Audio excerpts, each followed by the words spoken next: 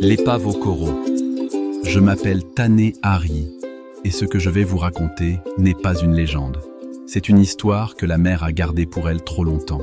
Une histoire d'hommes et de femmes, de sel et de silence, d'objets perdus que le corail a pris dans ses doigts minéraux pour ne plus les lâcher.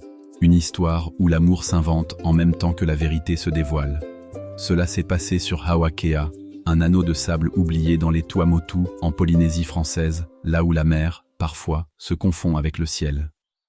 J'avais 29 ans. Je vivais de ce que la mer voulait bien me donner. Plongeur perlier, un métier simple à dire, mais qui exige de connaître les règles du fond. Les huîtres perlières ne se trouvent pas dans les zones faciles.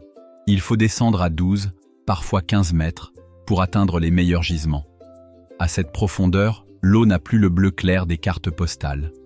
Elle prend une teinte verte, traversée de colonnes de lumière qui tremblent.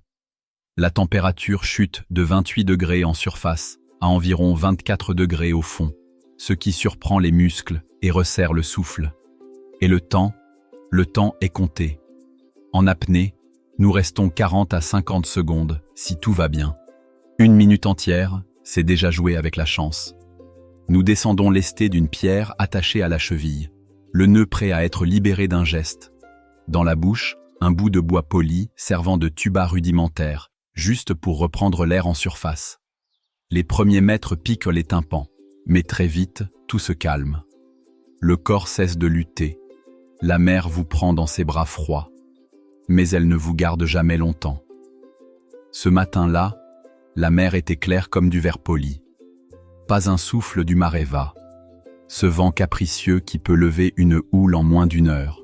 Du haut de ma pirogue à balancier, je distinguais les ombres des bénitiers géants, posés sur le sable à plus de 13 mètres.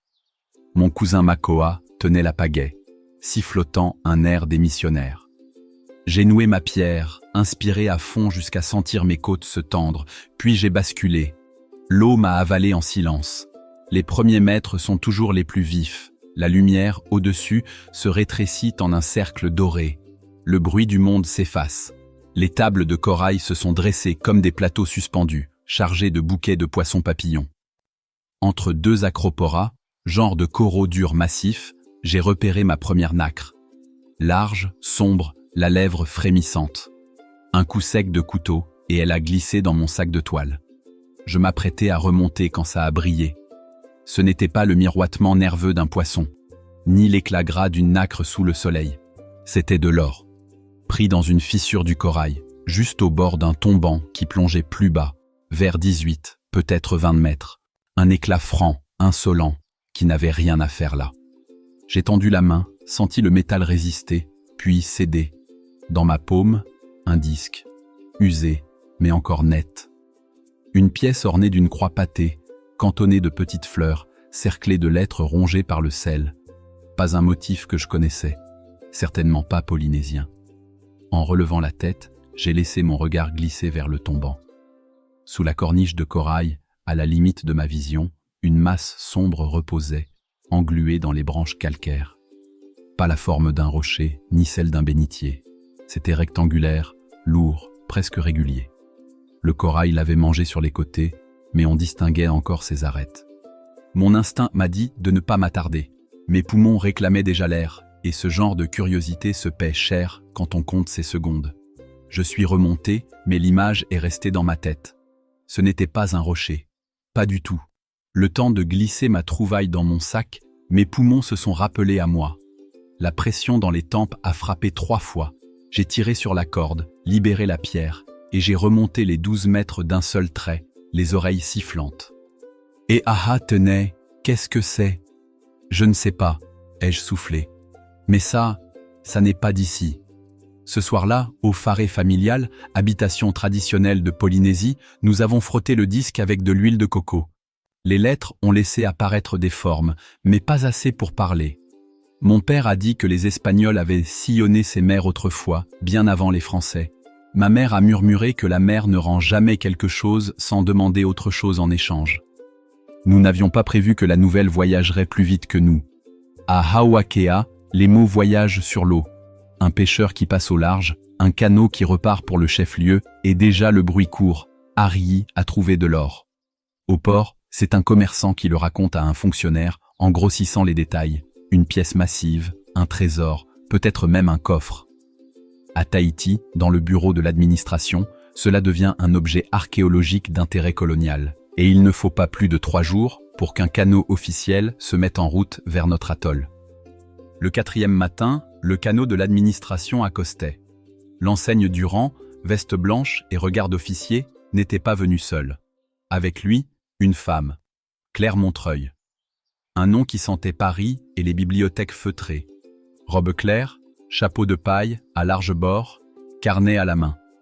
Elle est venue droit vers moi. « Monsieur Harry, c'est vous qui avez trouvé la pièce ?»« C'est moi. Mais c'est la mère qui l'a laissée là. »« Et vous savez où ?»« Pas encore, mais je peux vous y mener. » Et c'est ainsi que tout a commencé. Par une plongée, un éclat d'or, et l'arrivée d'une étrangère qui allait changer la façon dont je regardais la mer. Le lendemain de leur arrivée, Claire était déjà prête à l'aube. Je l'ai trouvée sur la plage, assise sur la coque renversée d'un vieux canot. Elle observait la mer comme on lit une carte. Dans la lumière pâle du matin, son chapeau projetait une ombre fine sur ses joues. Elle portait une chemise claire, un pantalon retroussé au-dessus des chevilles, et à la main, son carnet de cuir. « Vous êtes matinale » ai-je lancé. « Les marées » m'a-t-elle répondu. « Vous m'avez dit hier que le site était plus accessible à marée descendante. Alors je me suis dit que c'était le bon moment. » Elle avait retenu. Peu de visiteurs prêtent attention aux horaires de marée. J'ai tiré la pirogue sur le sable humide, vérifié le balancier et glissé 2 pierres de lest dans le fond. « Vous plongez ?» Elle a esquissé un sourire. « Je sais nager, mais pas plonger comme vous. Je vous regarderai et vous raconterai. » Nous avons pris le large en suivant la passe du récif. L'eau, encore fraîche, roulait sur les flancs de la pirogue. À mesure que nous avancions, les couleurs changeaient. Turquoise près du rivage, bleu profond au large. Claire prenait des notes sans quitter l'horizon des yeux. « Dites-moi, combien de temps pouvez-vous rester en bas ? 40-50 secondes, 1 minute si je ne bouge pas trop. Mais là où nous allons, il faudra descendre à 15 mètres. Et c'est dangereux ? C'est la mer qui décide. Il faut respecter ce qu'elle donne. Arrivé sur zone, j'ai jeté l'ancre légère. Un bloc de corail mort attaché à une corde tressée.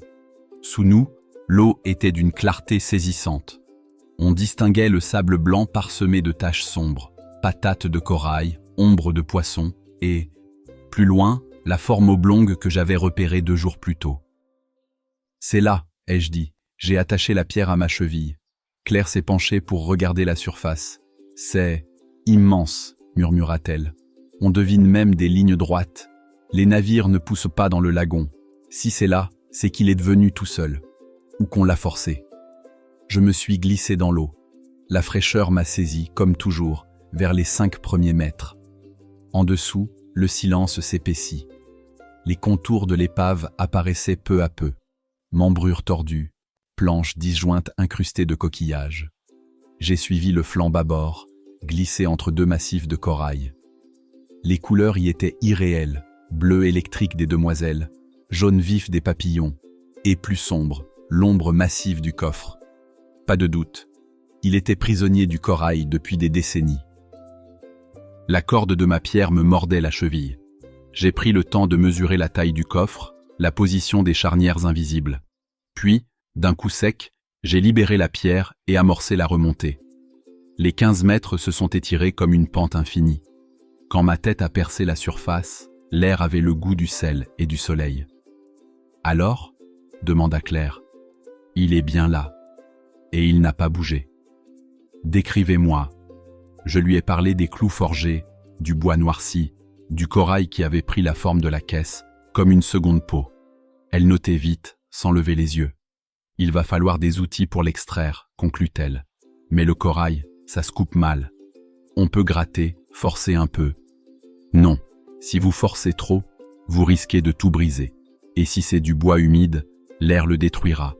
Il faut réfléchir. » Un courant léger a commencé à pousser la pirogue vers le large. J'ai relevé l'ancre. « On rentre ?» ?»« Oui, dit-elle. Mais demain, je veux voir tout ce que vous voyez, même si je dois descendre. » Sa voix ne tremblait pas. Je l'ai regardée. Elle ne ressemblait pas à ces visiteurs qui se contentent de regarder depuis la surface. Elle voulait toucher l'histoire, et ça, je savais, pouvait être dangereux. Le lendemain, le lagon n'avait pas la même humeur.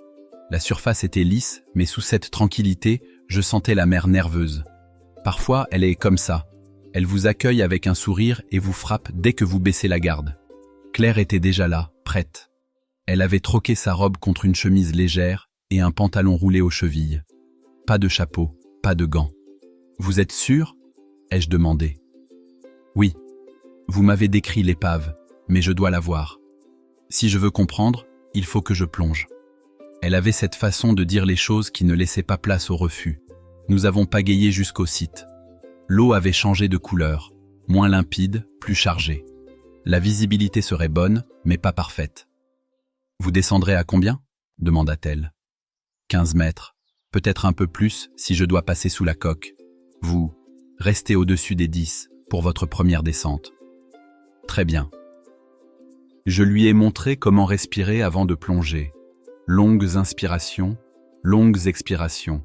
Laissez le cœur ralentir. Elle écoutait, concentrée. Ses mains tremblaient un peu, mais ce n'était pas la peur. C'était l'envie de se jeter à l'eau. La descente a commencé comme toujours. La lumière qui s'éteint par couches, les ombres qui se précisent. L'épave dormait là, figée dans le corail.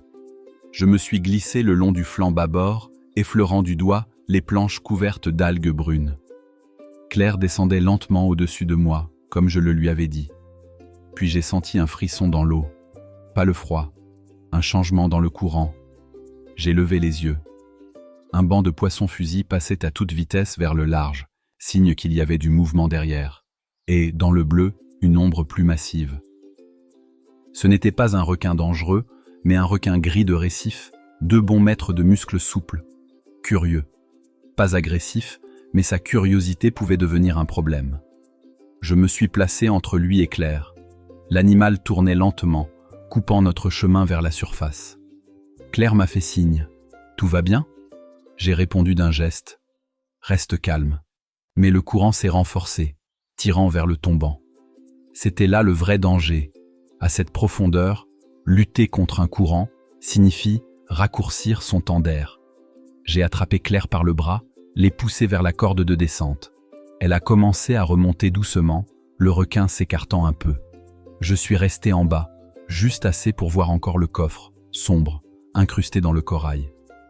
Une partie du couvercle était dégagée. Le bois semblait intact, mais piégé dans une gangue minérale. Impossible de le libérer seul, passant scie à corail ou barre à mine. Quand j'ai enfin rejoint Claire à 5 mètres de la surface, mes poumons brûlaient. Nous avons percé l'air ensemble, haletant. « Vous allez bien ?» souffla-t-elle.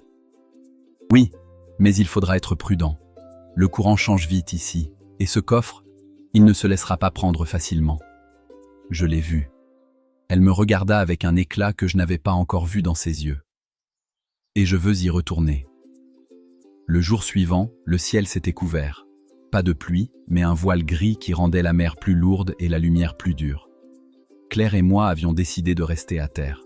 Le courant serait trop fort pour une plongée utile. Je réparais les attaches de la pirogue quand j'ai vu la chaloupe approcher.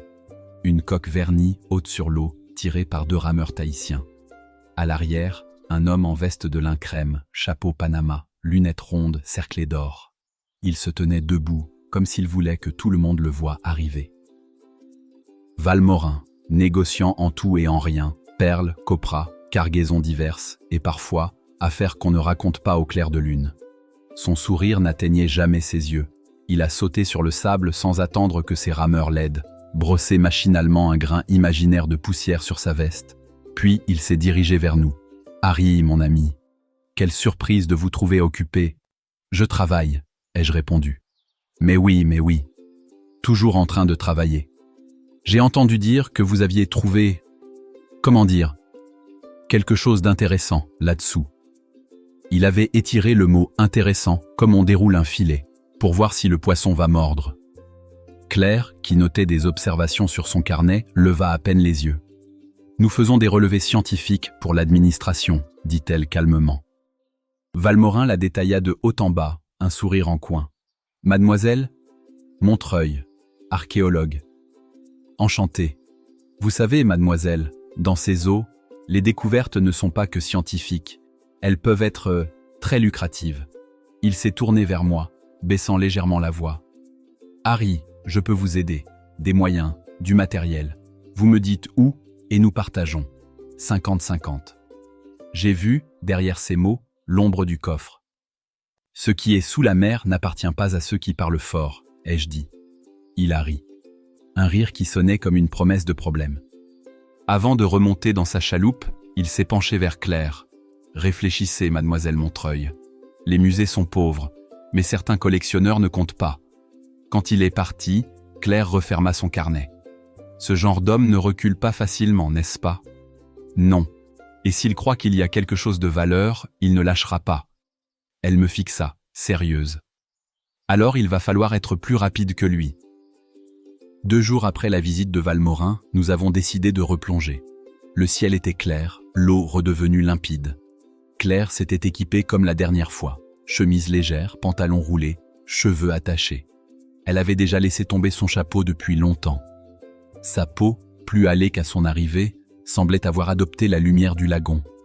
Sur la pirogue, elle se tenait à l'avant, observant la passe du récif. « Vous savez, depuis que je suis ici, je dors mieux, » dit-elle soudain. « C'est le bruit de la mer. Elle berce ceux qui la respectent. » Elle me lança un sourire, franc, sans détour. « Et vous? Vous dormez mieux depuis que je suis là ?» J'ai haussé les épaules, mais je n'ai pas répondu tout de suite. Elle connaissait déjà la réponse. Arrivés sur zone, nous avons fixé l'ancre légère. Je l'ai aidée à nouer sa pierre de lest. Mes doigts ont frôlé les siens. Elle ne s'est pas retirée. Prête? Oui. Montrez-moi le coffre. Nous avons descendu la corde, la lumière se tamisant à chaque mètre. L'épave apparaissait comme une ombre allongée, incrustée dans le corail. J'ai guidé Claire le long du flanc bâbord. Sa respiration lente me disait qu'elle suivait mes conseils. Et là, il était devant nous, le coffre, plus net qu'avant. Les polypes blancs du corail avaient décolonisé ses bords. On distinguait la forme du couvercle, gonflé par le sel et les années. J'ai approché ma main pour mesurer l'espace autour.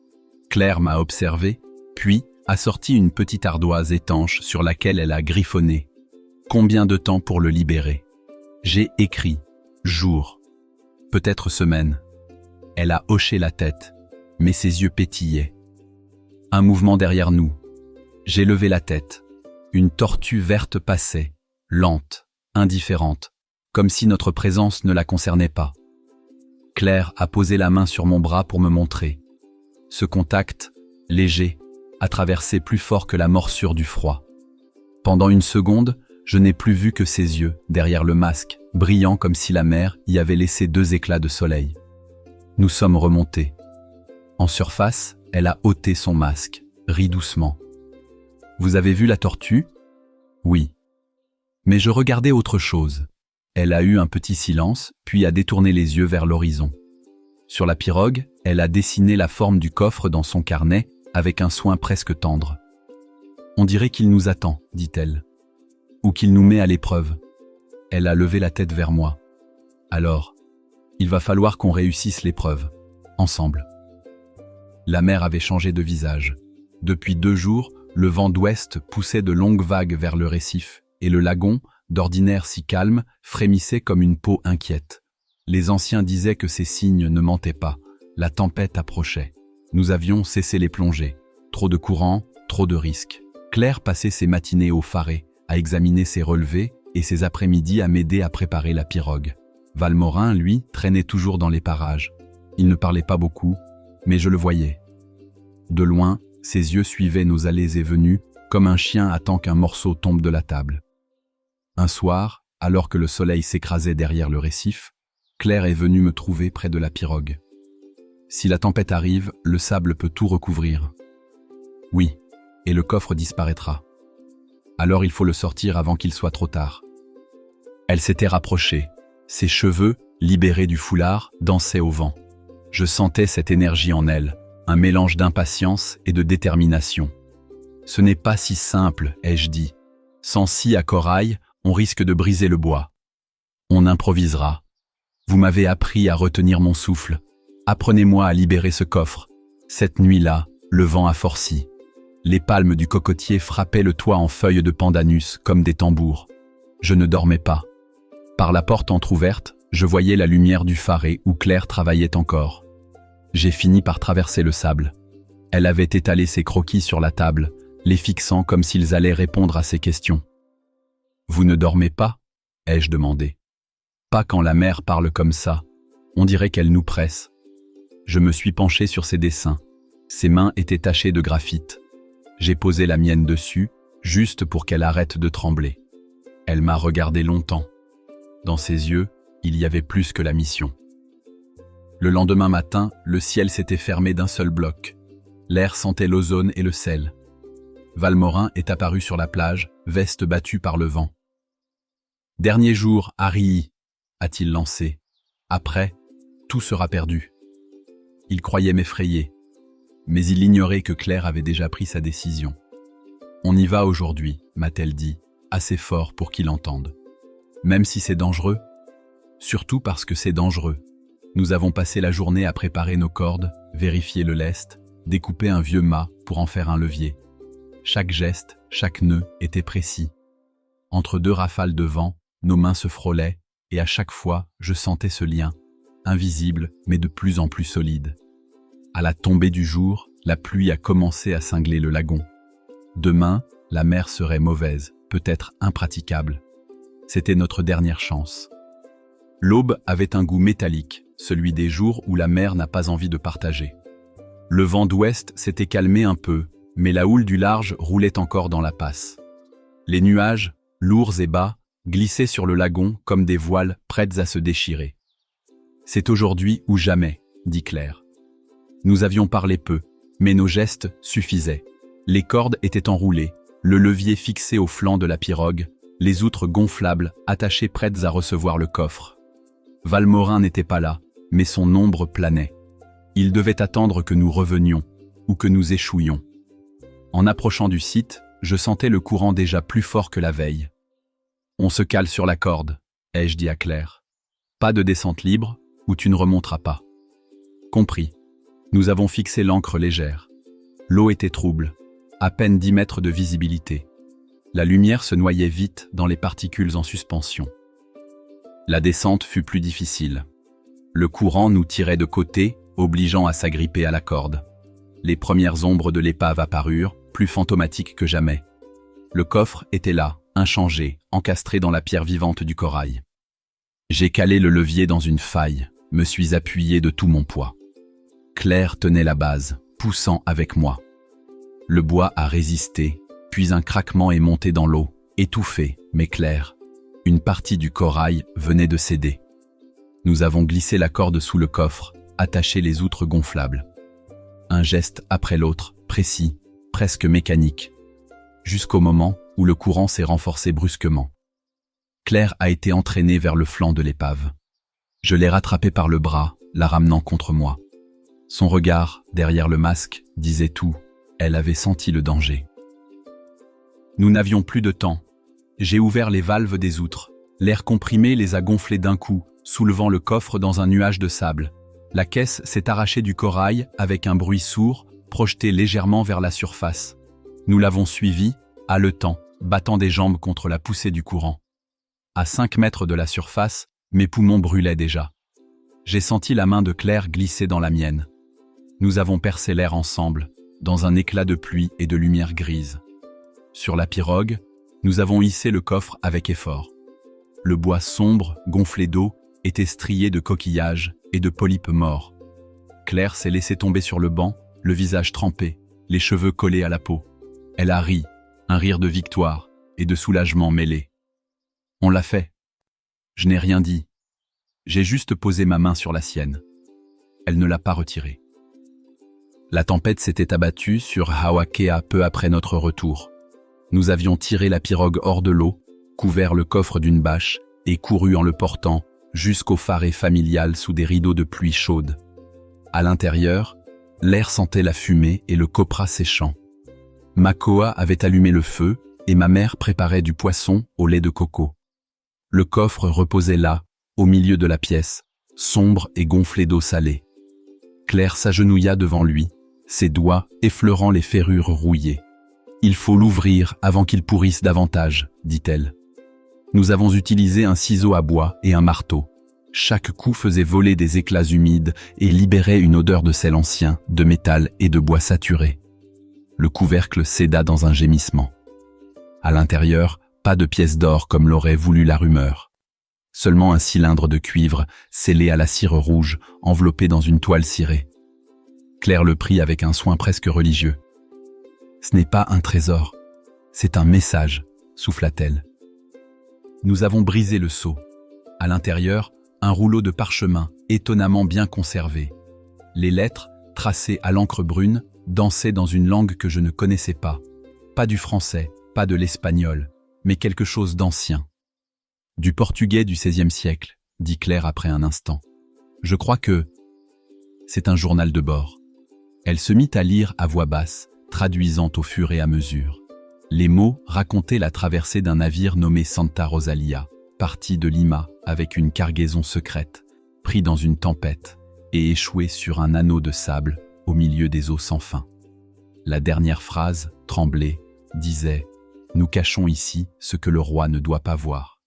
Que Dieu nous pardonne. » La pluie s'intensifiait, frappant les feuilles comme 1000 tambours. Claire posa le rouleau, le regard plongé dans le feu.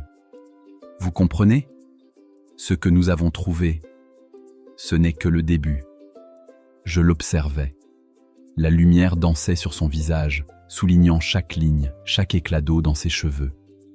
Je comprends surtout que je n'ai jamais eu envie de partager la mer avec quelqu'un, jusqu'à maintenant. Elle tourna la tête vers moi. Et moi, je crois que je ne suis jamais resté assez longtemps au même endroit, jusqu'à aujourd'hui. Le feu crépitait. La pluie effaçait le reste du monde. Nous n'avons pas parlé davantage. Ce soir-là, le coffre ne contenait plus seulement un vieux parchemin, mais le point de départ de quelque chose qui ne se mesurait pas en or. La tempête avait quitté Aoakea au petit matin, laissant derrière elle un ciel lavé, d'un bleu presque douloureux. Le lagon retrouvait son calme, mais quelque chose avait changé. Pas seulement la mer, nous aussi. Claire passa la journée à sécher le parchemin près du feu, manipulant chaque fibre comme si elle tenait la clé d'un royaume oublié. Assis en face, je l'observais traduire, une phrase après l'autre, ses lèvres murmurant dans un mélange de portugais et de français. Le journal racontait une fuite. La Santa Rosalia n'était pas un navire marchand ordinaire. À son bord, une cargaison d'objets venus d'au-delà des mers connues, embarquée à Callao pour rejoindre Lisbonne. Mais le capitaine avait reçu, en secret, l'ordre de ne jamais livrer ses caisses au roi. La tempête qui avait poussé le navire sur Aoakea n'était pas seule en cause. Une mutinerie avait éclaté, menée par un second qui craignait que la cargaison attire la malédiction. Les dernières lignes parlaient d'un second site. 3 jours de navigation plein ouest, là où les 2 vagues se croisent et où la mer devient blanche comme du lait. Claire posa le parchemin. « C'est une indication nautique, dit-elle. Un lieu précis, mais codé. Vous savez où c'est ? Pas encore. Mais je peux le trouver. » Pendant 3 jours, Claire consulta les cartes marines, les relevés de courant et même les vieux récits de missionnaires conservés par le pasteur de l'atoll. Peu à peu, un point se dessina sur la carte. Un banc de sable isolé, invisible à marée haute, mais redouté des navigateurs. « C'est là, dit-elle en posant son doigt. L'endroit où les vagues se croisent. » Mais nous n'étions pas seuls à lire cette carte invisible. Le soir même, Valmorin reparut, plus pressant que jamais.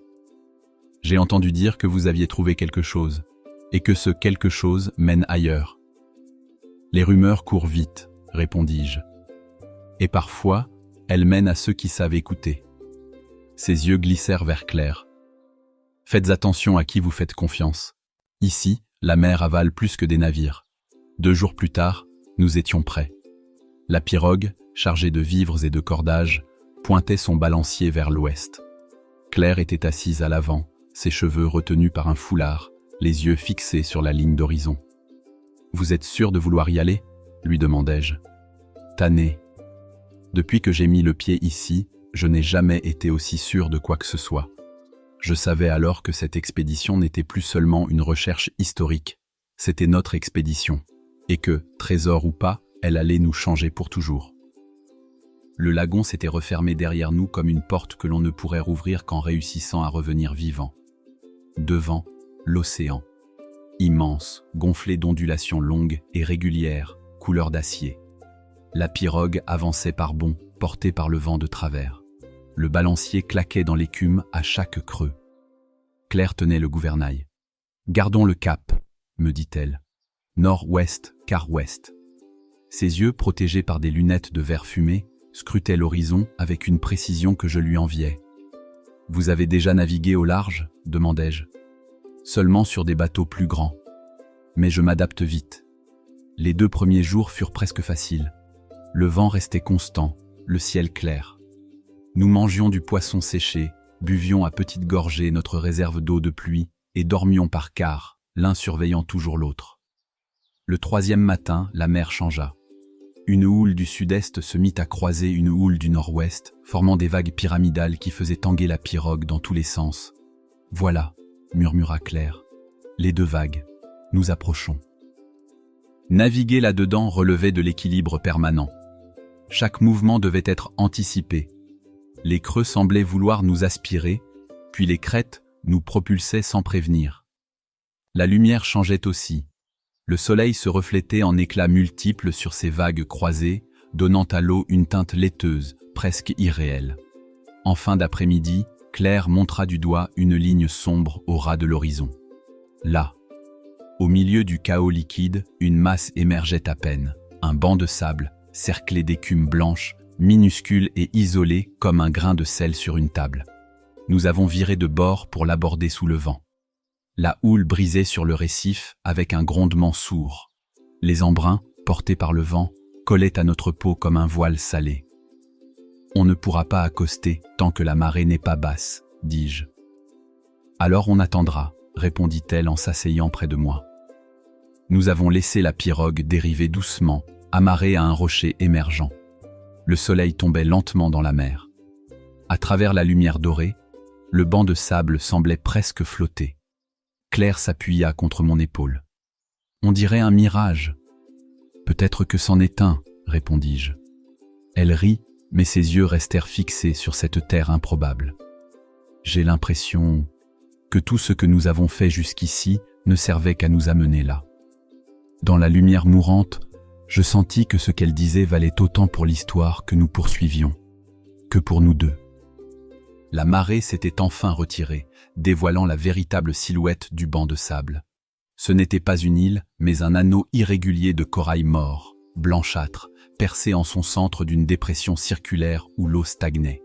Tout autour, des éclats d'os de sèche, des coquillages brisés et, plus rares, quelques fragments de bois noircis par le sel. Nous avons tiré la pirogue à moitié sur le sable, attachant le balancier à un rocher lisse. Le vent portait une odeur mêlée d'algues et de fer, presque métallique. « Ce n'est pas un endroit où les oiseaux nicheraient, » murmura Claire. « Non, mais ça a été un point de passage.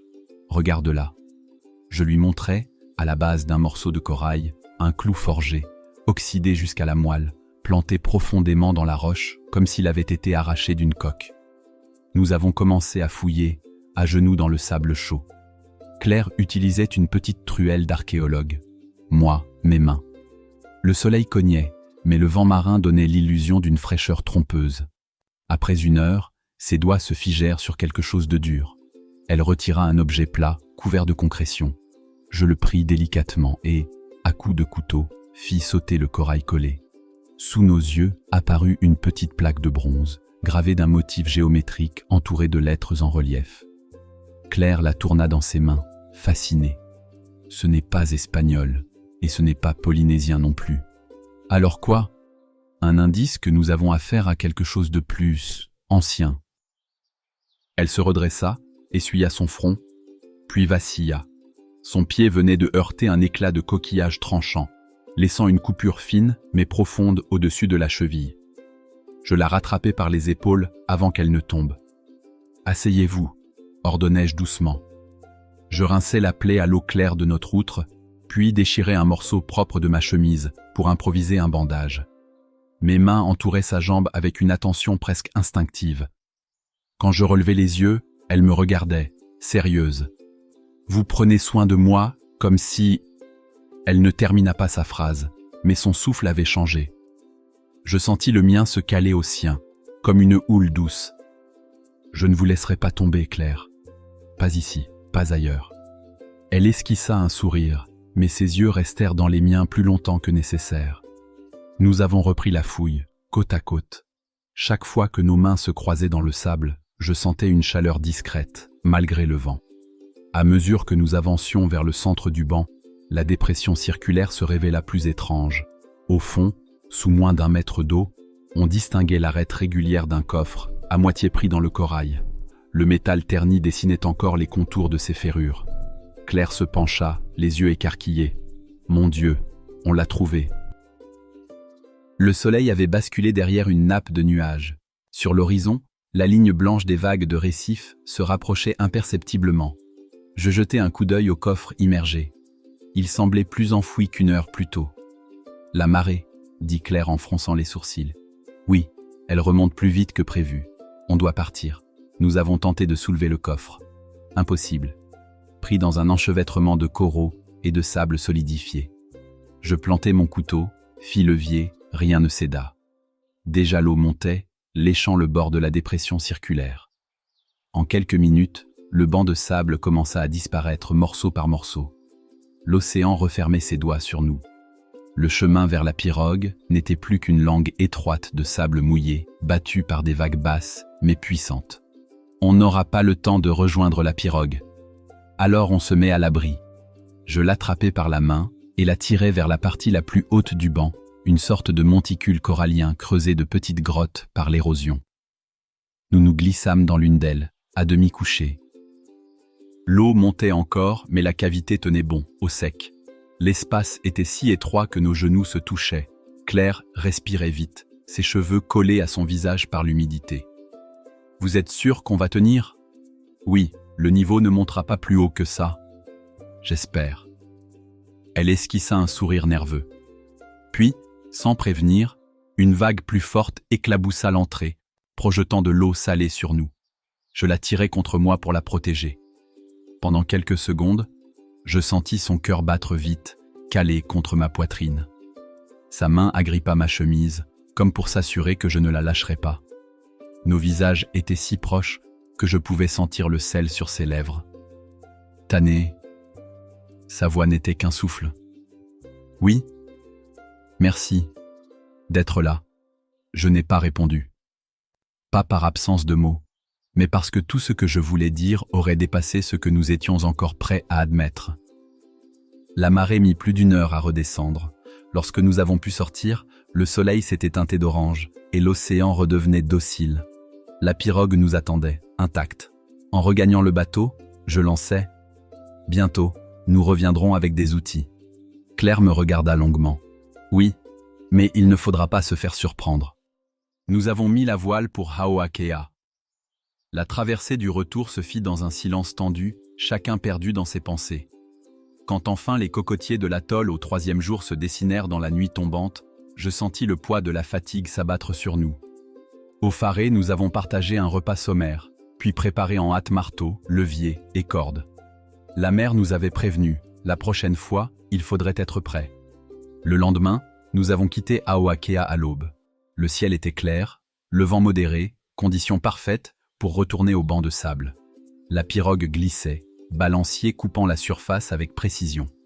Claire, assise à l'avant, tenait contre elle un sac de toile contenant marteau, levier et corde. « Vous êtes sûr que personne n'a entendu notre conversation hier soir au Faré ?» demanda-t-elle, inquiète. « Pas sûr. Ici, les murs ont des oreilles, et la mer, des yeux. » Le premier jour de navigation se passa sans encombre. Le vent, constant, nous poussait vers l'ouest. La houle restait régulière et la pirogue avançait d'un rythme rassurant. La nuit, nous dormîmes par quart, l'un veillant toujours pendant que l'autre reposait ses forces. Le 2e jour, la mer changea. Une houle croisée se leva du sud, nous ralentissant. Il fallut corriger le cap sans cesse, ajuster la voile, tendre chaque muscle pour maintenir l'équilibre du balancier. Claire tenait bon, mais ses mains portaient déjà les marques des cordages. Je lui passai de l'huile de coco pour apaiser ses paumes. 3 jours pour venir, 3 jours pour repartir, dis-je. Elle hocha la tête, les yeux fixés sur l'horizon. Alors demain, nous y serons. Le 3e jour, l'océan se fit plus lourd. Des vagues pyramidales surgissaient à intervalles, rappelant les 2 vagues croisées que nous avions déjà franchies à l'aller. À la tombée de l'après-midi, la silhouette blanchâtre du banc de sable réapparut, cerclée d'écume. « On y est », murmura Claire, le souffle coupé. À mi-chemin de l'approche, je jetai un regard par-dessus mon épaule. Sur l'horizon, une ombre, trop grand pour être un simple canot de pêche. Un schooner bas, à voile unique, qui semblait suivre notre cap exact. Je fis semblant de vérifier la direction du vent pour ne pas l'alarmer, mais Claire me surprit à fixer l'arrière. « On nous suit ? Peut-être, ou peut-être qu'ils vont dans la même direction. Mais je n'aime pas ça. » Nous avons atteint le banc de sable au soir du 3e jour. La marée était basse, l'eau claire. Le coffre nous attendait, figé dans sa prison de corail. En travaillant ensemble, nous avons dégagé les premières ferrures, puis soulevé une plaque latérale. Claire, concentrée, glissait sa main dans l'ouverture pour retirer du sable compacté. Chaque fois que nos doigts se touchaient dans l'étroit passage, je sentais un léger courant me parcourir. Je surpris aussi son regard quand elle relevait la tête. Un mélange de détermination et autre chose. En fin de journée, j'aperçus à nouveau le schooner. Plus près. Il avait jeté l'ancre à bonne distance, juste assez pour qu'on distingue une silhouette à la longue vue. « Ce n'est pas un hasard », dis-je. Claire posa son outil, essuya ses mains et se rapprocha de moi. « Que va-t-on faire ? Finir le travail, mais rester prêt à partir vite. » Nous avons convenu d'un signal. 3 coups secs de marteau, et nous abandonnerions tout pour regagner la pirogue.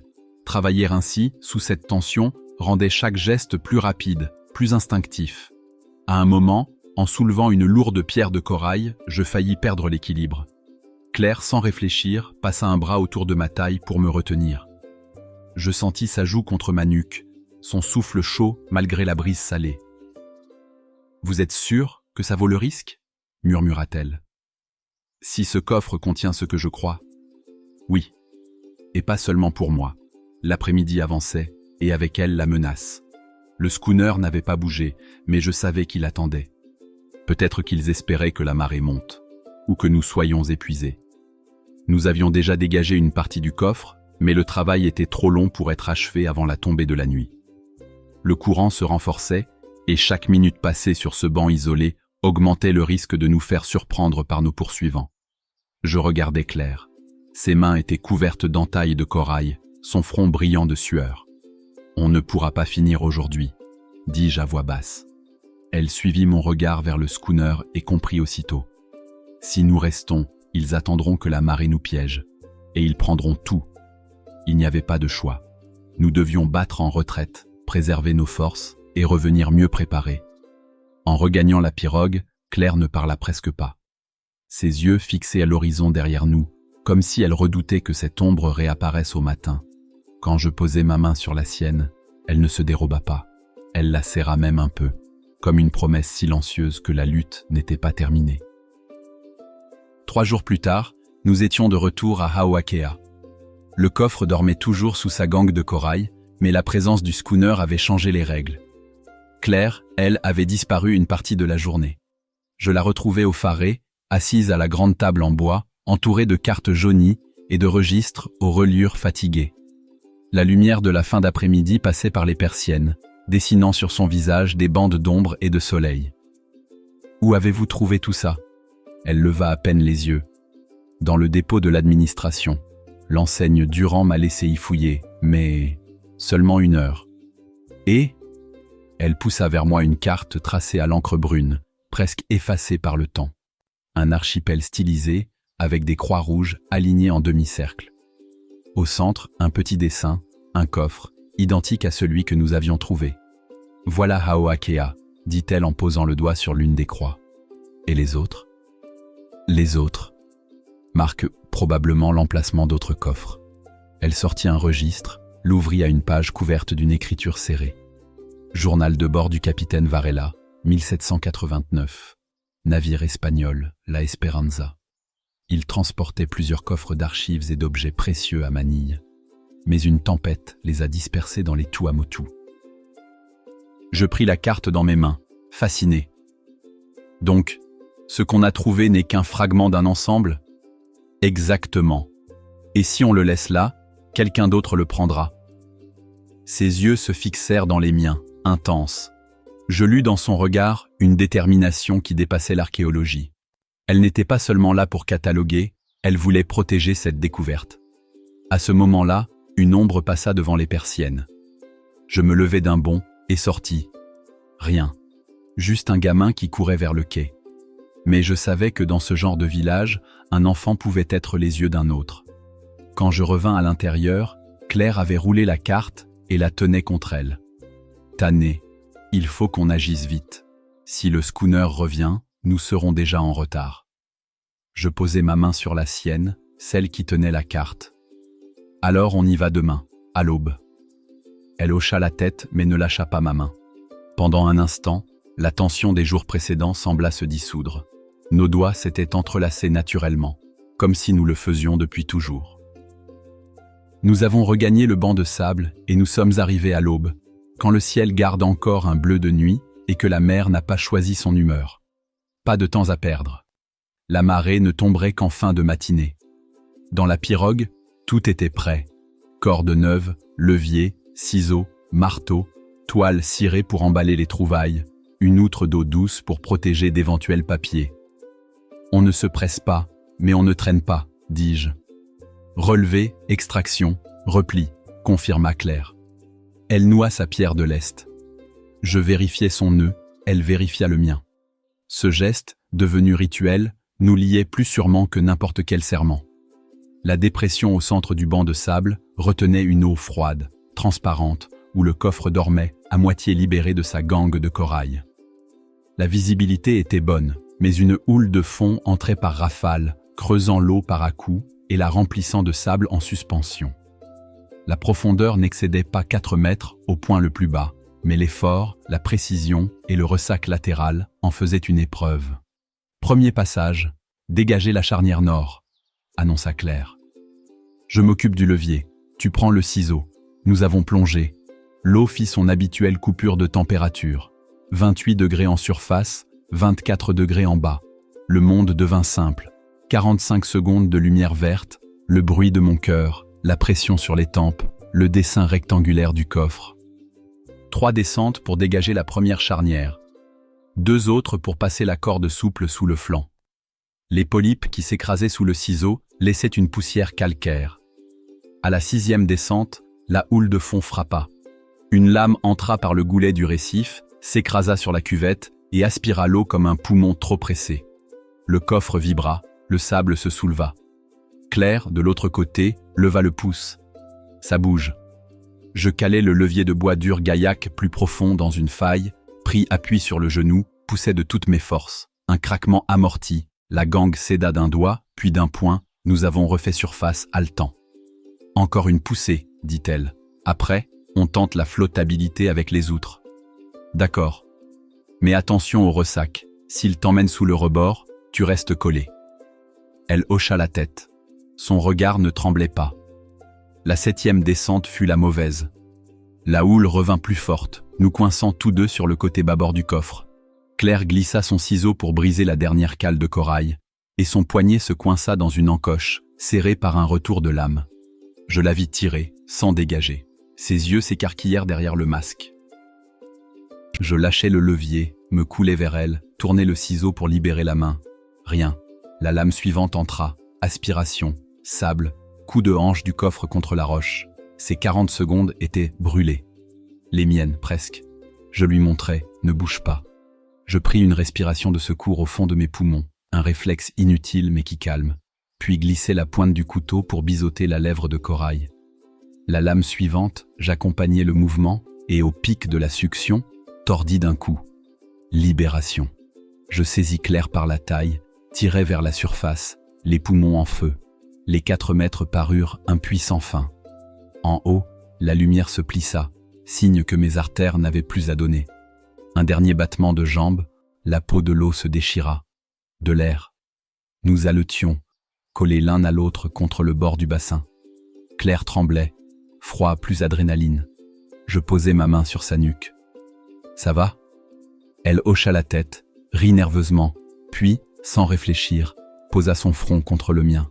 « Ne me lâche plus comme ça, » souffla-t-elle.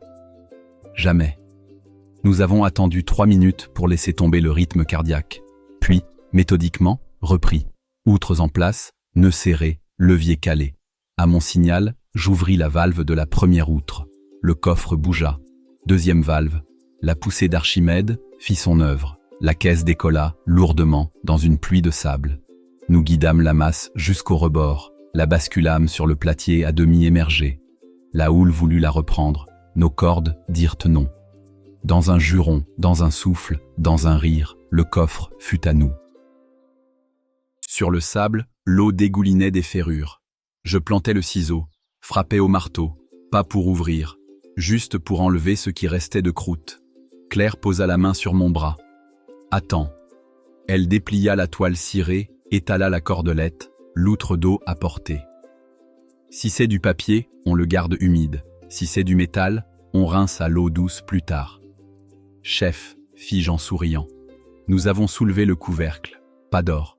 Une boîte plus petite en étain, scellée, et, à côté, un paquet enveloppé dans une bâche huilée, ficelée, serrée. Je passai le doigt, caché de cire, croix pâtée. La sœur jumelle de la pièce d'or qui avait tout lancé. Claire eut un hoquet de joie. C'est bien eux. Nous coulâmes lentement le paquet dans l'outre d'eau douce. Des bulles remontèrent. À l'intérieur, quelque chose respirait encore. Pas la vie, non, mais la mémoire. Le vent changea. Je levai la tête. Au large, un triangle de toile venait de se découper dans le bleu. Le schooner. Plus près que les autres fois.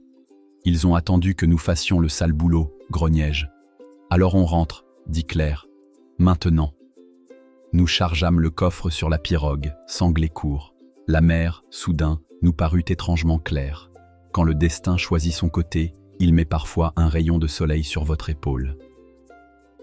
Nous prîmes le vent portant, balancier bien chargé pour encaisser les à-coups. Le schooner abattit pour nous couper la route. On ne les battra pas en vitesse, dit Claire. Non, mais on les battra en eau. Je pointai la pirogue vers une langue de houle qui cassait en biais sur un haut fond. Là, les coques profondes n'osaient jamais s'aventurer.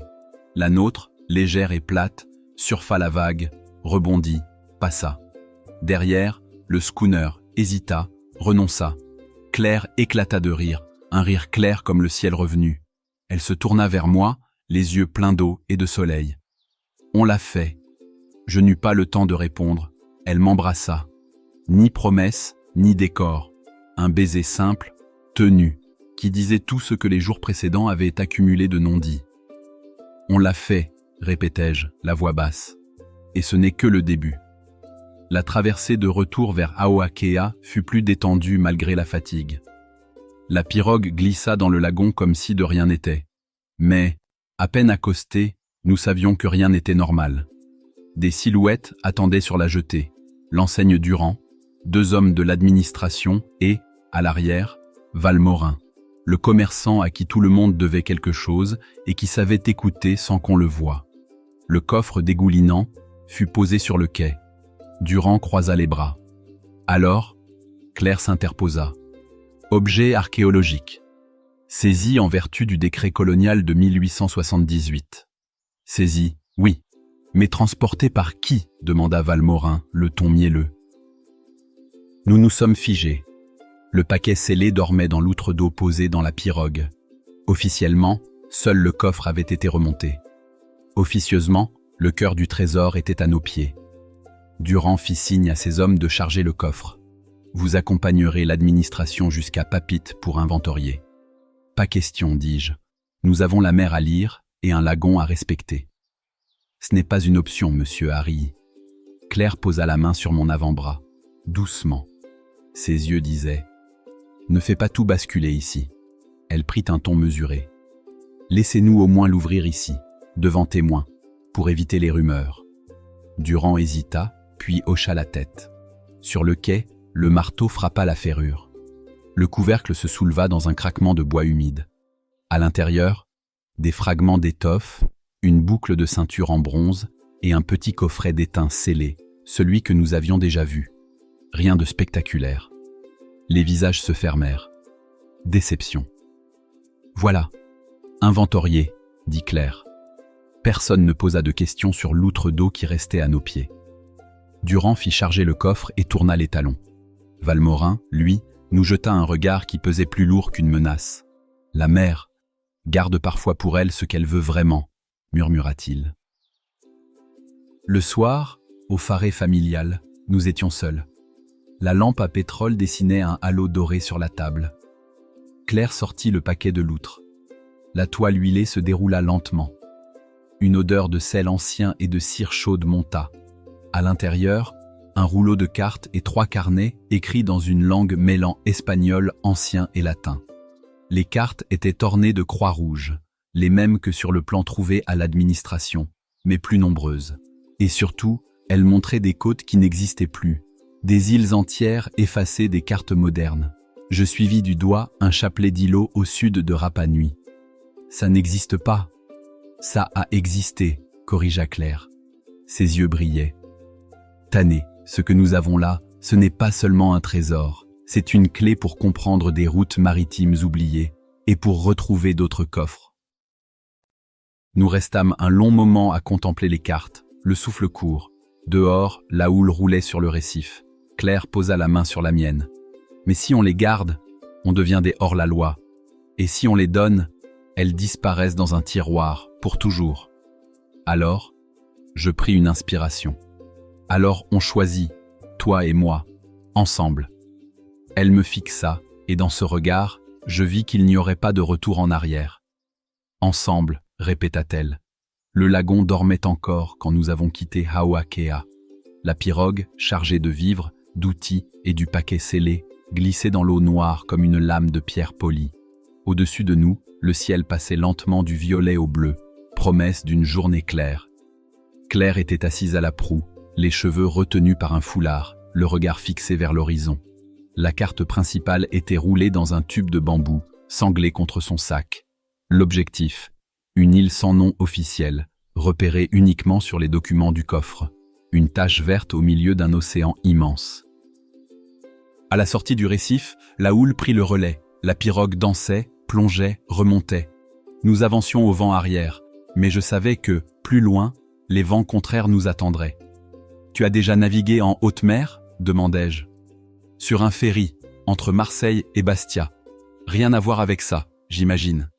Ici, chaque vague peut décider si tu continues ou si tu rentres. » Elle sourit, mais ses doigts se crispèrent un instant sur le rebord. Je posai ma main sur la sienne. Elle ne la retira pas. « Je te promets qu'on y arrivera, » dis-je. « Et si on n'y arrive pas ? Alors on sera ensemble, quand même. 3 jours de mer. 3 jours à partager l'ombre du balancier, les repas sommaires, les veilles en nocturne. La nuit, quand la pirogue glissait sur une mer d'encre, je la surprenais à m'observer, comme pour vérifier que je ne m'endormais pas à la barre. Et chaque matin, elle m'apportait la gourde, avant même de boire elle-même. La proximité devint une évidence, les gestes plus naturels. Un soir, alors que le soleil s'enfonçait dans l'océan, elle vint s'asseoir tout contre moi, son épaule frôlant la mienne. « Tu sais, » murmura-t-elle, « je crois que je commence à comprendre pourquoi tu ne pourrais jamais vivre loin de la mer. Et moi, je commence à comprendre pourquoi je pourrais, si tu étais là. » Le 4e jour, l'île apparut. Une langue de sable, des collines couvertes de pandanus, et, au centre, une bande rocheuse qui formait une croix visible même de loin. La houle se brisait violemment sur le côté sud, nous forçant à contourner. Alors que nous cherchions un passage, Claire pointa du doigt l'horizon arrière. Là-bas, minuscule, une voile brune. Je sortis ma longue vue. Le schooner. Il nous avait retrouvés. Nous avons réussi à franchir le récif avant qu'il ne soit trop proche. Mais je savais qu'il ne renoncerait pas. La nuit tombait quand nous avons tiré la pirogue sur la plage. Le vent hurlait déjà dans les feuilles de pandanus. « Vent contraire, dis-je, ils auront du mal à passer la passe cette nuit. » Claire hocha la tête, mais je vis dans ses yeux qu'elle comprenait, ce répit ne durerait pas. Et si nous voulions trouver ce que cachait cette île, il faudrait commencer dès maintenant. L'aube se leva dans un ciel couleur d'étain. La pluie tombait en rideaux légers, imbibant nos vêtements et effaçant nos traces sur le sable. C'était parfait pour passer inaperçu. Si le schooner parvenait à franchir la passe. Claire marchait devant moi, la carte à la main. Ses cheveux, trempés, collaient à sa nuque. Elle s'arrêtait parfois pour observer un tronc ou un relief rocheux, comparant avec les annotations griffonnées dans la marge. Après 1 heure, nous atteignîmes une butte rocheuse recouverte de mousse. À sa base, un renfoncement sombre, presque invisible, derrière un rideau de fougères. L'entrée d'une grotte. À l'intérieur, l'air était plus frais, presque métallique. Nos pas résonnaient, suivis de près par le bruit régulier de l'eau qui s'égouttait des stalactites. La lampe à huile éclaira des parois couvertes de marques, croix, spirales, et plus rares, des lettres gravées dans une écriture espagnole ancienne. Au bout d'un couloir, la galerie s'élargit en une salle circulaire. Au centre, posé sur un socle de pierre, un bloc de corail fossilisé. Et dans ce bloc, scellé comme un insecte dans l'ambre, un coffret de bois cerclé de cuivre. Claire s'agenouilla devant le socle. « C'est lui !» Je fis le tour, cherchant un moyen de le libérer. Pas de serrure, pas de charnière, juste des rainures discrètes qui semblaient former un mécanisme. Je posai mes mains dessus. Le bloc était lourd, froid, parfaitement stable. En pressant 2 aspérités opposées, un déclic sourd retentit. Le socle pivota lentement, révélant une cavité sombre en dessous. Un bruit sourd nous fit sursauter. Pas un bruit de pierre, des voix, loin mais assez proches pour que l'écho les déforme. Le schooner avait débarqué des hommes. Claire se releva précipitamment, mais son pied glissa sur la pierre humide. Je la rattrapais juste avant qu'elle ne tombe dans la cavité. Son corps contre le mien, sa respiration rapide, ses mains qui se crispèrent sur mes épaules. Pendant un instant, le danger disparut. Il n'y avait que nous, dans cette obscurité tiède, le souffle mêlé. « Tannée », murmura-t-elle. Je sentis ses lèvres frôler ma joue, puis se poser, légère, sur les miennes. C'était bref, presque un accord silencieux, mais il brûlait plus fort que tout ce que nous avions partagé jusque-là. Les voix se rapprochaient. Je soulevai le coffret de la cavité. Il était lourd, très lourd. Nous avons éteint la lampe, plongé dans une obscurité totale, et nous nous sommes glissés dans un boyau étroit qui partait sur la gauche. Le sol descendait légèrement, et l'air, plus humide, indiquait une sortie vers la mer. Derrière nous, des pas précipités résonnent dans la salle circulaire. Une voix lança. « La lampe ! Ils étaient là !» Nous avons accéléré, le cœur battant, serrant le coffret comme s'il contenait notre seul avenir. Devant nous, un éclat de lumière bleutée. La sortie. La sortie du boyau donnait sur une anfractuosité à fleur d'eau. Le soleil, encore bas, découpait des éclats argentés sur la houle qui frappait l'entrée. Nous étions trempés, haletants, le coffret serré contre moi sous la toile huilée. Claire jetait des regards rapides derrière nous, comme si elle craignait de voir surgir une silhouette dans l'ombre de la grotte. « Il faut rejoindre la pirogue », soufflai-je. « Et si le schooner est déjà dans la passe, alors il faudra prendre l'autre. Mais ça va être plus compliqué. » Nous avons nagé jusqu'à une corniche rocheuse, progressé en équilibre précaire, puis plongé de nouveau pour contourner un bloc. La pirogue était là, cachée derrière une langue de corail mort, amarrée avec une cordelette discrète. Le vent avait forci. La houle poussait vers le large et la marée commençait à descendre. Les conditions parfaites pour un désastre. La passe nord, étroite et cernée de récifs, était notre seule chance. Mais elle portait un nom qui n'avait rien de rassurant. Te Avanui, la passe des requins.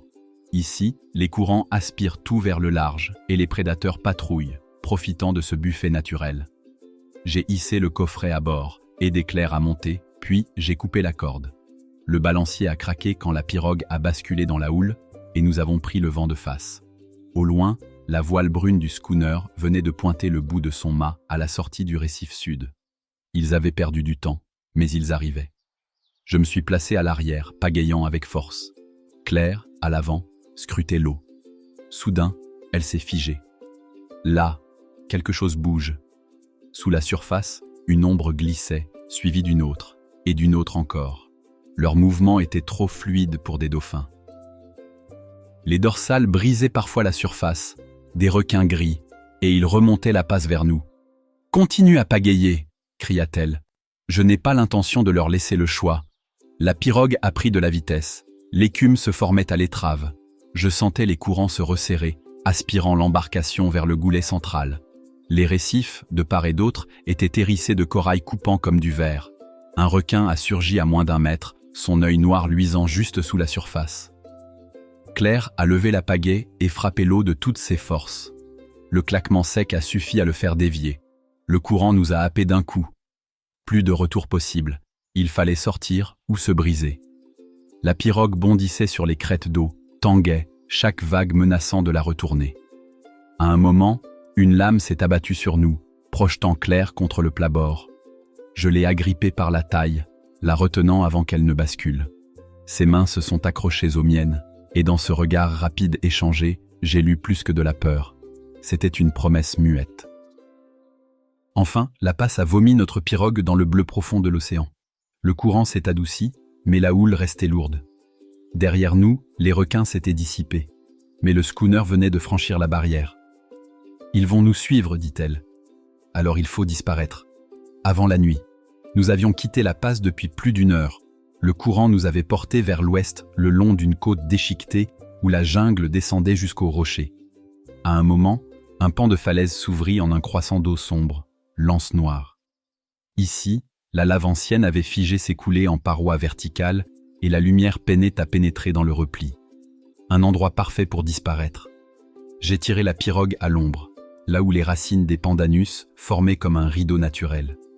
Le schooner, s'il passait au large, ne verrait qu'une succession de falaises. Claire s'est assise sur le banc avant, ses mains crispées sur le coffret.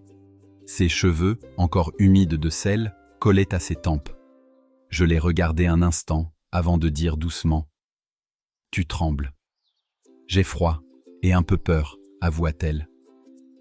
J'ai fouillé sous le banc et sorti une vieille couverture de tapa, une étoffe végétale, souple et encore tiède de soleil. Elle l'a passée sur ses épaules. Puis, comme un geste naturel, je me suis assis à côté d'elle et elle s'est laissée glisser contre moi. Le silence de l'anse n'était troublé que par le ressac régulier. « Tané, que crois-tu qu'il y ait dans ce coffre ? Pas seulement de l'or. » Elle tourna la tête vers moi. « Comment le sais-tu ? Le poids et ce son, quand je l'ai soulevé. Il y a du métal, mais aussi autre chose. Du papier peut-être. » Elle hésita un instant, puis posa le coffret sur ses genoux. Les cerclages de cuivre étaient ternis, mais le bois avait été traité avec un soin évident. Elle effleura les gravures, des lignes croisées, semblables à des étoiles ou des cartes marines stylisées. « Si on l'ouvre maintenant, on prendra un risque, complétai-je. Mais si on attend, on ne saura pas ce qu'ils cherchent exactement. » Elle hocha la tête.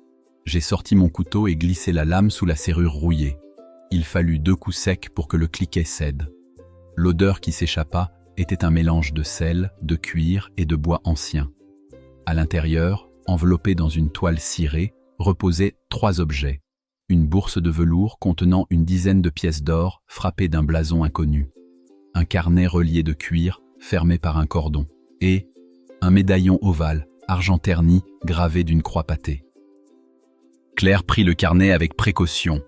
Les pages, jaunies, étaient découvertes d'une écriture fine, serrée, en espagnol. Elle lut à voix basse quelques mots, hésitant sur la prononciation. Santa Esmeralda, naufragio, carta, deruta. Elle leva les yeux. Santa Esmeralda, ça te dit quelque chose ? Non. Mais si c'est un nom de navire, on peut peut-être savoir où il a sombré. Le temps semblait suspendu dans cette anse. Elle referma le carnet et le replaça dans la toile cirée. Puis, sans un mot, elle posa sa main sur la mienne. Ses doigts étaient froids, mais leur pression ferme. « Merci, Tané, pour tout à l'heure, dans la passe. Je ne pouvais pas te laisser tomber. Tu ne m'as pas seulement sauvé, tu m'as tenu comme si je comptais. » Je la regardais, cherchant mes mots. « Parce que tu comptes. » Elle esquissa un sourire, timide, et baissa les yeux. Puis elle se pencha légèrement, son épaule contre la mienne, et laissa le silence dire le reste. L'anse noire nous avait offert une nuit paisible, mais nous savions que nous ne pouvions y rester. À l'aube, la mer était lisse, un miroir brisé seulement par le sillage de notre pirogue. Claire avait le coffret serré contre elle, et ses yeux guettaient chaque mouvement au large. Nous longions la côte quand, à la pointe sud d'un îlot couvert de cocotiers, j'aperçus une fumée fine, bleutée, montant derrière la lisière. Pas un feu de pêcheur, trop tôt, trop discret. J'ai échangé un regard avec Claire. Il fallait vérifier. En accostant, nous avons trouvé un sentier étroit, tracé entre les racines. Au bout, un phare isolé, bâti de planches dépareillées et de tôles rouillées, couvert d'un toit de pandanus. Devant la porte, un vieil homme réparait un filet. Ses cheveux, d'un blanc presque argenté, étaient attachés en natte. Il leva la tête, ses yeux clairs accrochant les nôtres. « Yaorana » lança-t-il d'une voix rocailleuse. « Yaorana » répondis-je. « On cherche un abri, et peut-être des réponses. » Il nous fit signe d'approcher.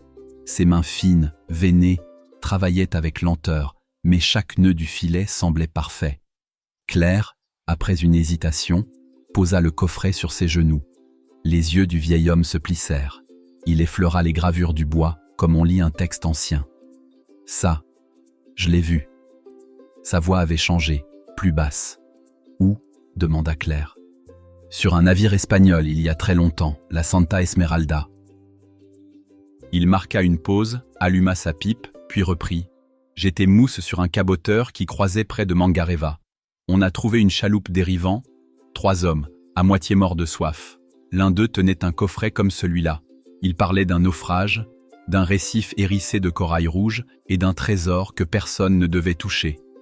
Et que leur est-il arrivé? Ils sont morts le lendemain. On les a enterrés sur la plage. Le coffret a disparu cette nuit-là. » Claire sortit le carnet. Le vieil homme l'observa longuement, puis pointa une ligne à la page centrale. Là. Cabo Sangre. Ce n'est pas un cap, c'est un récif. Les Espagnols l'appelèrent ainsi à cause de la couleur du corail au coucher du soleil. Mon cœur battait plus vite. Je connaissais l'endroit. Un chenal dangereux à l'est de Awakea. Aucun pêcheur n'osait s'y aventurer. La houle y brisait les coques et les requins s'y rassemblaient par dizaines. « Si vous y allez, dit-il en relevant les yeux, sachez ceci. La mer garde ce qui lui appartient, et parfois, elle prend plus qu'elle ne donne. » Il nous offrit un peu d'eau de coco, puis, comme si notre visite l'avait fatigué, il retourna à ses filets. En regagnant la pirogue, Claire restait silencieuse. Je finis par lui demander « Tu as peur ?»« Oui, mais pas seulement pour moi. » Ces mots restèrent suspendus, portés par le roulis de la mer. Et je compris qu'elle pensait autant à moi qu'au récif maudit. Nous quittions l'îlot du vieil homme depuis à peine 1 heure quand, à l'horizon, une voile sombre se découpa sur la ligne d'écume. D'abord minuscule, elle se gonfla vite, portée par un vent de travers. Pas un schooner, trop petit, trop nerveux dans ses mouvements. Mais l'allure, je la connaissais.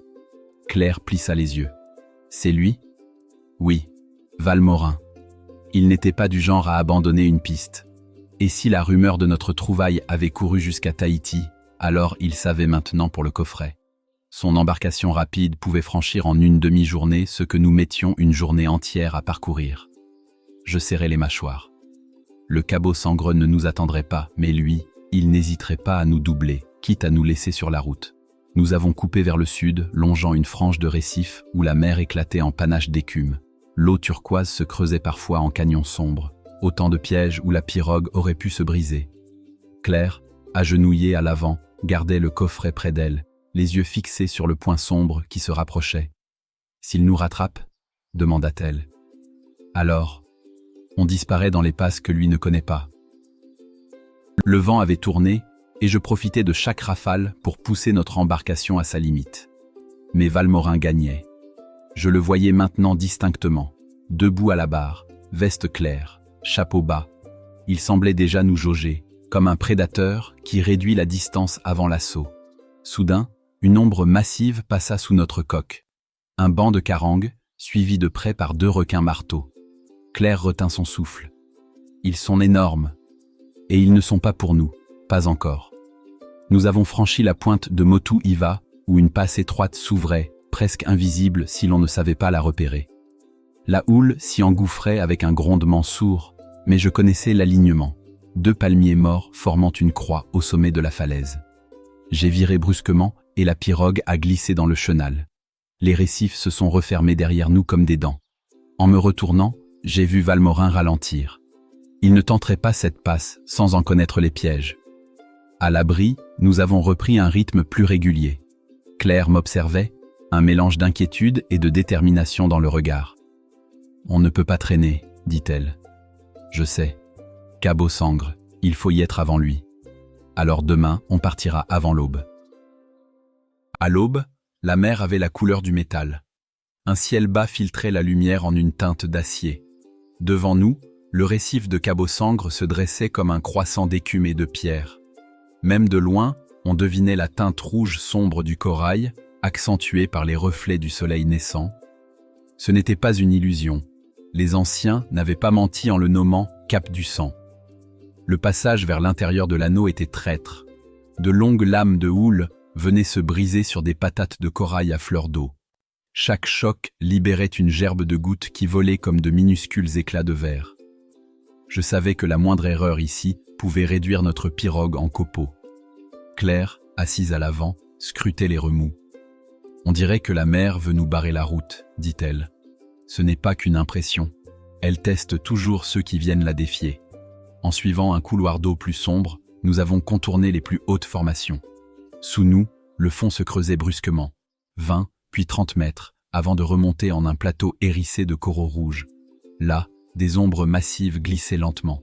Requins gris. 4, peut-être 5. Ils se tenaient comme une garde silencieuse autour d'un promontoire plus clair. Une coque disloquée, tapissée d'algues et de coquillages. Le cœur de la Santa Esmeralda. Nous avons jeté l'ancre à l'abri d'un surplomb, puis préparé nos masques et palmes. Le coffret, nous l'avions laissé dissimuler sous la proue, protégé par un bout de toile huilée. « On descend ensemble, dis-je. Si quelque chose ne va pas, 2 tirez sur la corde. » Elle hocha la tête, ses yeux brillants d'une inquiétude contenue. L'eau, ici, avait une transparence trompeuse. En surface, tout semblait net. Mais à 10 mètres, les couleurs se creusaient, le rouge des coraux virant au noir profond.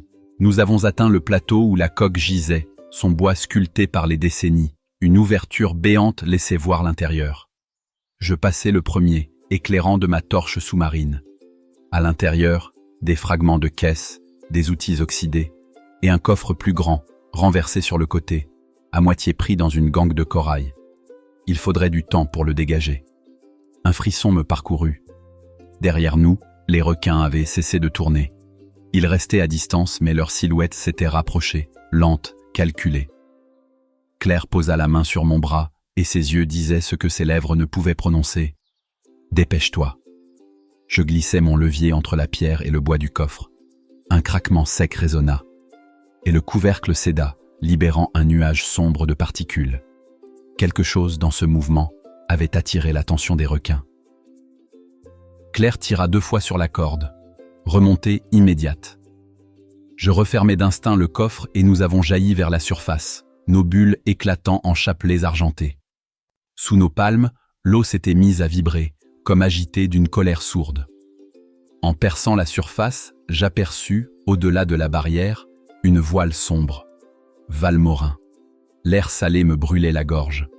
Claire, à côté de moi, gardait les yeux rivés sur la voile sombre qui se rapprochait.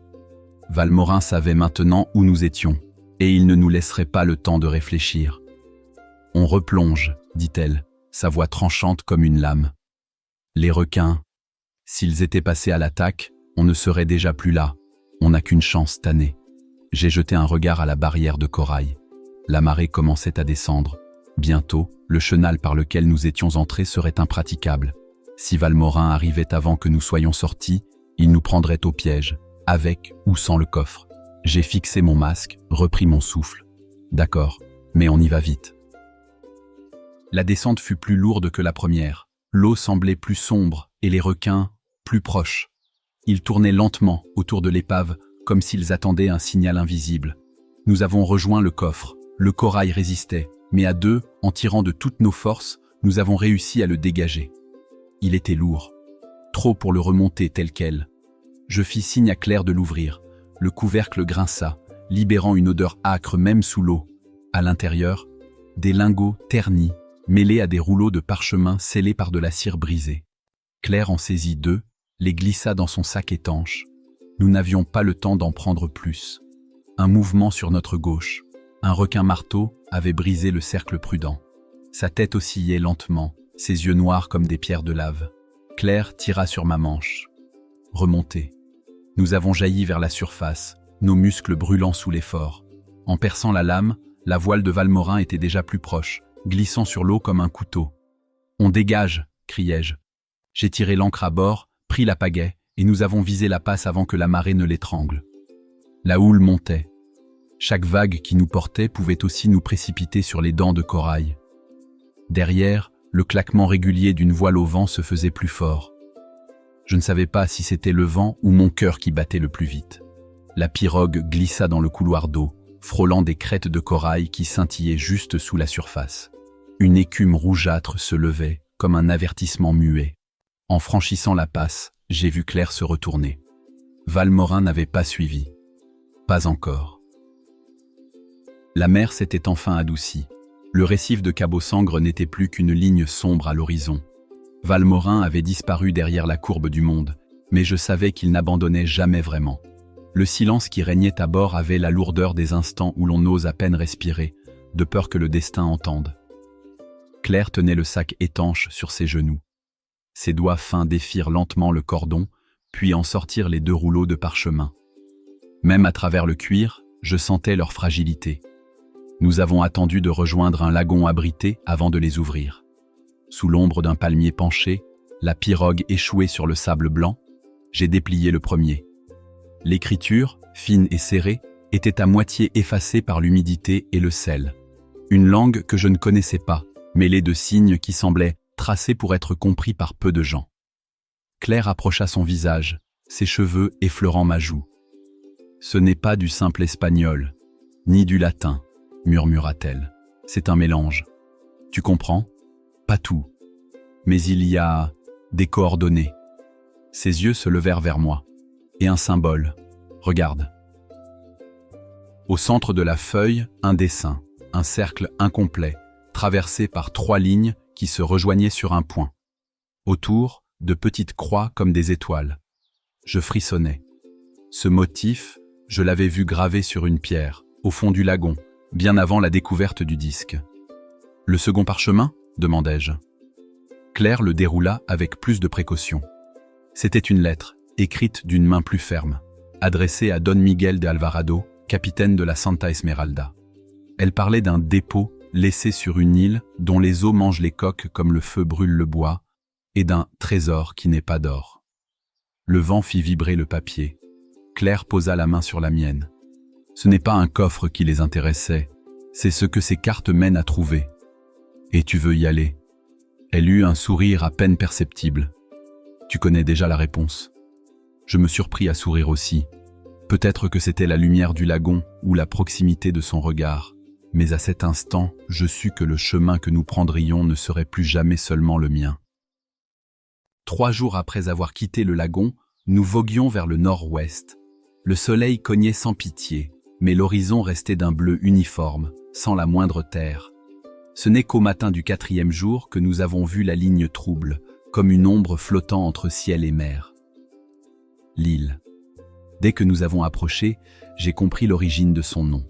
À quelques encablures du rivage, des épaves brisées se dressaient comme les côtes d'animaux morts. Coques fendues, mâts déchiquetés, bois rongés jusqu'à la moelle. On aurait dit un cimetière marin. Claire observait en silence, son carnet fermé sur ses genoux. On dirait que la mer elle-même les a avalés. Pas la mer, répondis-je. Le corail. Le chenal d'accès était étroit, presque invisible à cause des patates immergées. Les cartes marines n'indiquaient rien, ou alors les relevés avaient été délibérément effacés. À chaque mètre, l'eau se faisait plus claire, révélant un labyrinthe d'aiguilles de corail dressées à la verticale, certaines à quelques centimètres seulement de la surface. La moindre erreur, et la coque se lacérerait comme du tissu. Nous avons progressé lentement, pagaie après pagaie, jusqu'à atteindre un petit croissant de plage noire. Le sable, brûlant sous le soleil, scintillait de particules métalliques.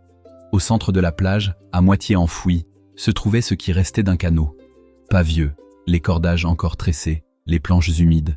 Et à l'intérieur, un sac éventré, rempli de boîtes de conserve rouillées et d'outils épars. « Quelqu'un est venu récemment », murmura Claire, et n'est pas reparti. Nous avons monté un petit camp à l'ombre d'un rocher, trop bas pour y passer la nuit mais suffisant pour observer la mer. L'après-midi, alors que le soleil déclinait, un éclat métallique nous a attirés vers l'intérieur. À travers la végétation épaisse, un sentier à peine tracé menait à une clairière où dormait une autre coque. Pas coulée, tirée sur la terre ferme, sa proue couverte de lianes. Et peinte à moitié effacée sur le flanc, la même croix pâtée que sur le disque trouvé à Hawakea. Claire posa la main sur le bois.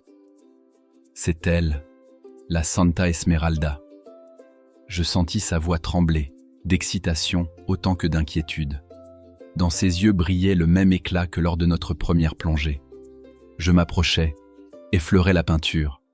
Sous mes doigts, le bois vibra très légèrement, comme s'il y avait, à l'intérieur, quelque chose qui respirait encore. L'épave se dressait devant nous comme une carcasse pétrifiée. Le temps avait poli ses flancs, mais la forme restait entière. On aurait dit qu'elle attendait depuis très longtemps, patiente, que quelqu'un ose entrer. Claire passa devant. Sa main glissa sur la proue, ses doigts effleurant la croix pâtée comme une relique. C'est fou, elle a survécu à tout. Peut-être qu'elle nous a attendus, répondis-je sans réfléchir. L'intérieur sentait le bois humide et le sel ancien. Les planches grinçaient sous nos pas, mais tenaient bon. À l'avant, une trappe menait à la cale. L'air qui en sortait était plus frais, saturé d'odeurs minérales. Claire alluma une lampe tempête. La lumière révéla une échelle encore solide. En bas, nous avons trouvé des coffres vides, des cordages fossilisés, et au fond, un trou béant dans la paroi. Pas un trou du haut temps, une ouverture délibérément creusée. Derrière, l'eau scintillait. Une galerie noyée, soufflai-je. Claire leva la lampe. Sous la surface, on devinait un tunnel qui partait vers le large. Tu crois que la Santa Esmeralda a été tirée ici exprès pour masquer l'entrée? Oui, nous avons préparé nos affaires de plongée. Pas de pirogue cette fois, il faudrait passer par ce boyau étroit, avec juste assez d'air dans nos poumons pour aller et revenir. La descente fut oppressante. La lumière de la lampe se diffractait contre les parois calcaires. Le tunnel semblait aspirer la mer comme un poumon silencieux. Au bout de 20 mètres, il s'élargit, et nous débouchâmes dans une vaste salle sous-marine, éclairée par des rayons qui filtraient par des fissures au plafond. Au centre, posé sur le sable, un coffre de métal, scellé par 2 verrous. Claire s'approcha. Ses yeux, derrière le masque, reflétaient autant de crainte que de fascination. Nous avons pris le coffre ensemble, le soulevant avec effort. Au moment où nous faisions demi-tour, un grondement sourd vibra dans la roche. Un pan du plafond céda, envoyant une pluie de sable et de bulles. Claire serra ma main. Nous avons nagé à toute vitesse, tirant le coffre entre nous, jusqu'à jaillir à l'air libre dans la cale de la Santa Esmeralda. Allongés sur le plancher, haletant, l'eau dégoulinant de nos cheveux, nous avons éclaté de rire. Un rire nerveux qui se transforma, sans que je comprenne comment, en ce premier baiser que ni elle, ni moi n'avions encore osé. Bref, salé et brûlant comme le soleil qui entrait par la trappe. Nous avions quitté l'île au petit matin. Le coffre, enveloppé dans une bâche huilée, reposait au centre de la pirogue comme un passager silencieux. Claire le surveillait d'un œil, mais son regard revenait souvent vers l'horizon, où une bande grise annonçait Tahiti.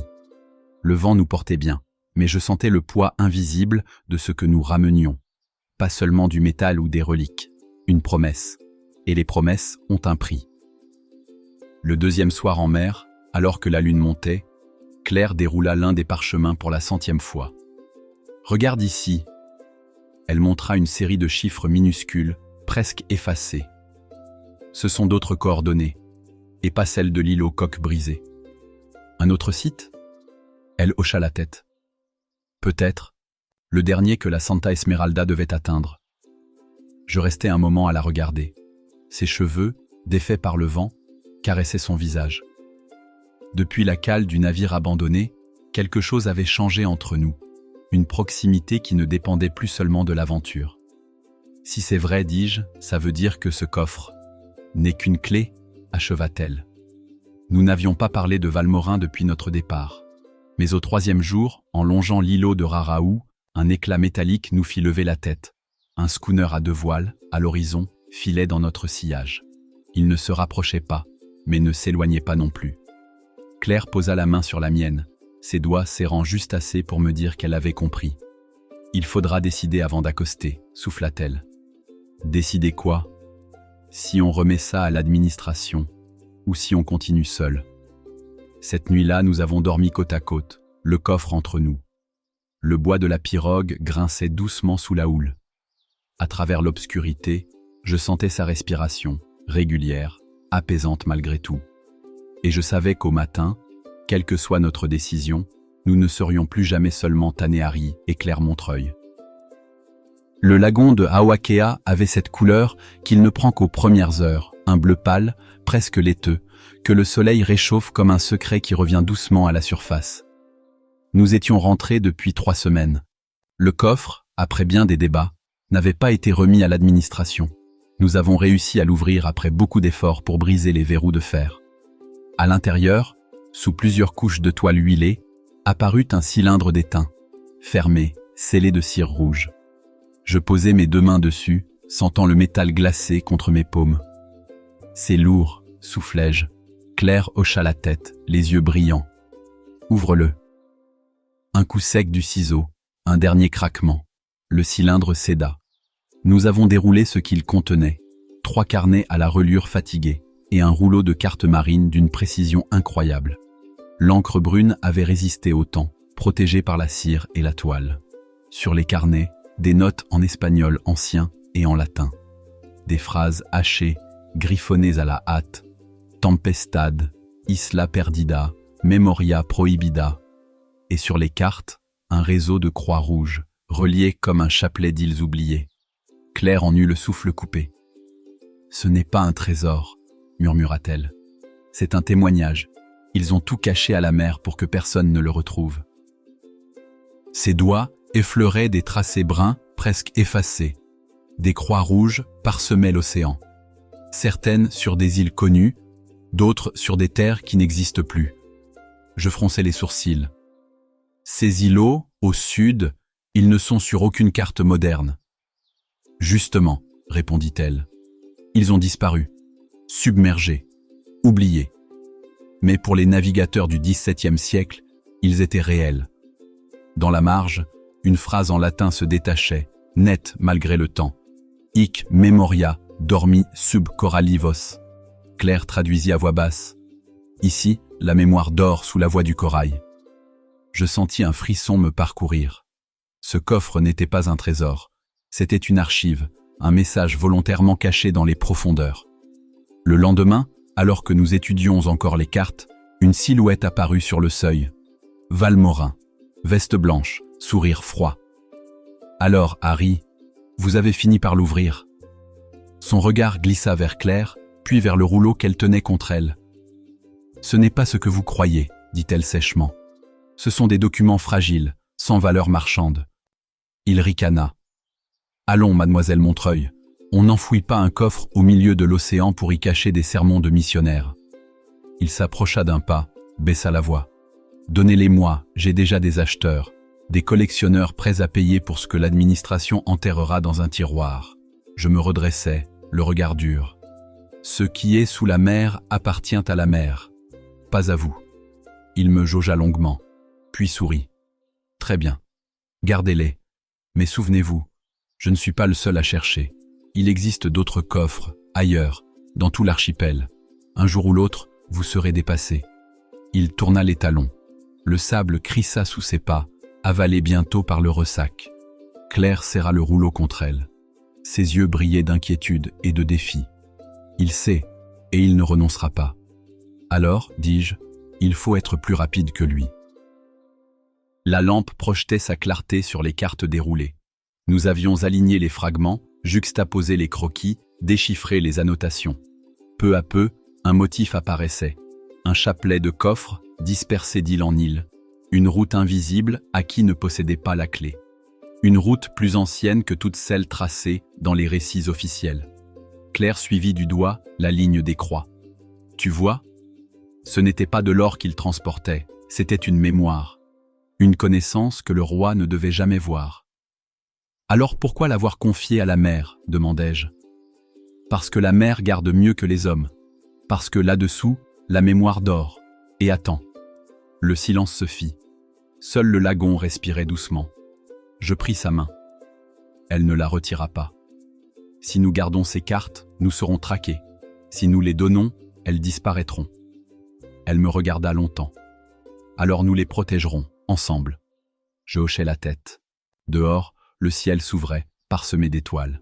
Elle semblait répondre aux croix rouges tracées sur le parchemin, comme si le ciel et la mer avaient toujours raconté la même histoire. Claire posa sa tête contre mon épaule. « Tu sais ce que ça veut dire ?»« Oui, soufflai-je. Que ce coffre n'était pas une fin, mais un commencement. Nous savions désormais que nous serions deux noms liés par la mer, et par un secret que nul registre colonial ne pourrait effacer.